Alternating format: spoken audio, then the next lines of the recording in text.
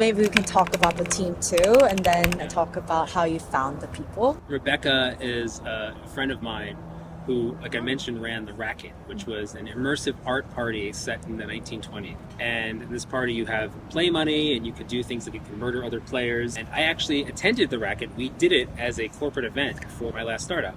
And she's actually, since I found, run that for over 400 times for different companies. Wow.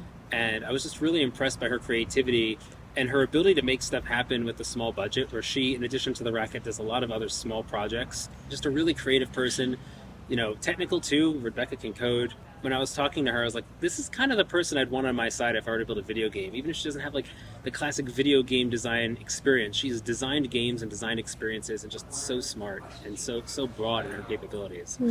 And that's paid off tremendously. Then we have Finn Sylwester on the team, who's an artist. You can just go to finsylvester.com and look at his art and know he's amazing. And I found him because I saw online that Nintendo was remaking one of my favorite Super Nintendo games, which is Super Mario RPG. But as that was coming out, it was going viral, being like, this random kid has also been making a remake of Super Mario RPG. And I looked, and I was like, I think the graphics this kid did are actually a better recreation of kind of the feel of the Super Nintendo game than Nintendo's itself. I sent him a message on LinkedIn saying I would love to talk to you, and he responded to my message very politely, telling me to pound sand. And it was because there was some stuff online for a brief period of time. We were experimenting with being a crypto company, and that was still online. And he basically said, I'm an artist, and I respect video games, and I hate crypto, and I hate generative AI. and I was in this position where I obviously believe in the tech industry and I believe in Silicon Valley, but I just want to make something real. And I wanted to work with people who wanted to make something real. I told him I would donate $100 to an arts-related charity of his choosing if he would just talk to me for a half hour. During that half hour, I just talked about games that I liked and what I was trying to do. And, he's open to it. And later he kind of became a contractor, and then later he joined full-time. And he's just been absolutely tremendous. Most people don't believe that, all of our game art, all of our 3D art, and things like our logo and our UI design has all been done by one person. But he really is that multi-talented and that good, and just a humble, amazing guy. Then we have, I guess, the Nicos. Nico Graves, who's our engineer.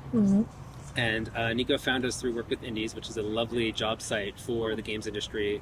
I think a lot of the most talented folks look for jobs there. He was local to the Bay Area, and he's one of the few people around here who knew Godot, the game engine I was thinking about using. And he knew it inside and out, and he was really excited about building a game on it when most game engineers are kind of either Unity or Unreal people. And he kind of showed its power and potential and made me really excited about building the game and ultimately the company on Godot. Basically he started coming every day a week and basically said hey, I'd like to keep doing this. And I'm like, well, you're clearly great, not just at writing code, although he's a tremendous coder, but also at helping Rebecca sharpen her design ideas, at helping Finn get his art into the game. And Nico is a rare engineer in that he's very talkative and he loves talking to people, and he's very good at communicating. I've worked with a lot of engineers in my career who are brilliant, but their preferred way of working is they put their headphones on and they're like, don't bother me. And Nico is the exact opposite. He's eagerly collaborative, and that's been such a boon to us. And then finally there's Nikola, and he's our marketing and community manager, where him and his friends were kind of just sitting around one day, and they came up with an idea for a video game, I think one night while they were just chilling out and drinking. And they kind of wrote down the idea, built a demo of it, and went on Kickstarter and raised, I think, $70,000 on Kickstarter, which is awesome. He's been working on that for a few years, got a job at a games publisher, Astra, as well.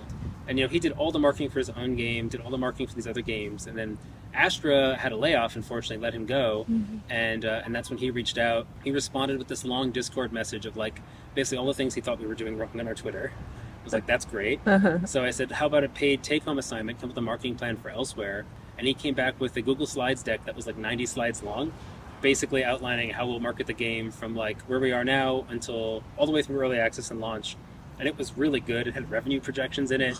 It had numbers in it. It was insanely good. There are a lot of game studios out there that are game startups out there trying to hire game developers, and a lot of times they're looking for people who worked at the two companies you keep hearing are Riot and Blizzard. But I think before we do that, we need people who are believers at the earliest stage. That requires a different kind of person.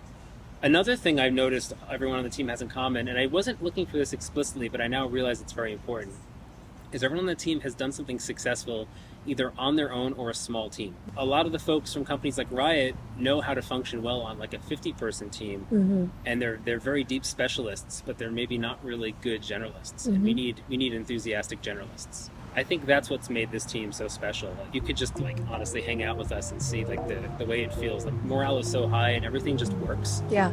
Everyone works so well together. It's like the biggest pleasure coming to work with. So,